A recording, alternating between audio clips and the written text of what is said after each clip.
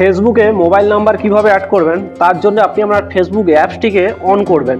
তো Facebook অ্যাপসটিকে on করার পরে আপনি ডান দিকে ওপরে কোণে 3 লাইনে টাচ করবেন। 3 লাইনে টাচ করার পরে একটু নিচের দিকে দেখবেন সেটিং অ্যান্ড প্রাইভেসি, এই যে লেখাটা আছে এখানে টাচ করবেন। টাচ করার পরে সবার ওপরে সেটিং বলে যে অপশনটা আছে ওখানে টাচ করবেন। টাচ করার পরে এই ঘরটির মধ্যে টাচ করবেন।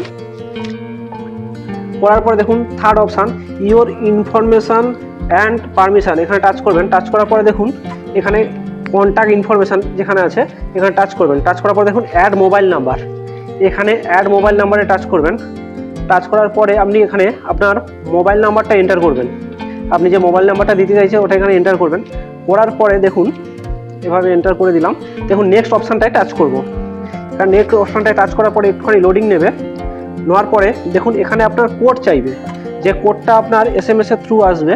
তো হোয়াটসঅ্যাপেও আসতে পারে বা আপনি SMS এ নিতে পারেন। তো আমি এখান থেকে SMS এ নেবো। তো এখানে আমি নিচের অপশানটায় টাচ করব। করার পরে দেখুন আমার এখানে 6 ডিজিটের একটা কোড আসবে। দেখুন এখানে 6 ডিজিটের কোডটা এসছে, কোডটাকে আমি এন্টার করেছি। করার পরে নেক্সটে কনফার্ম করব। কনফার্ম করার পরে একটুখানি সময় নেবে। দেখুন হয়ে গেছে আমার অলরেডি মোবাইল নাম্বারটা অ্যাড।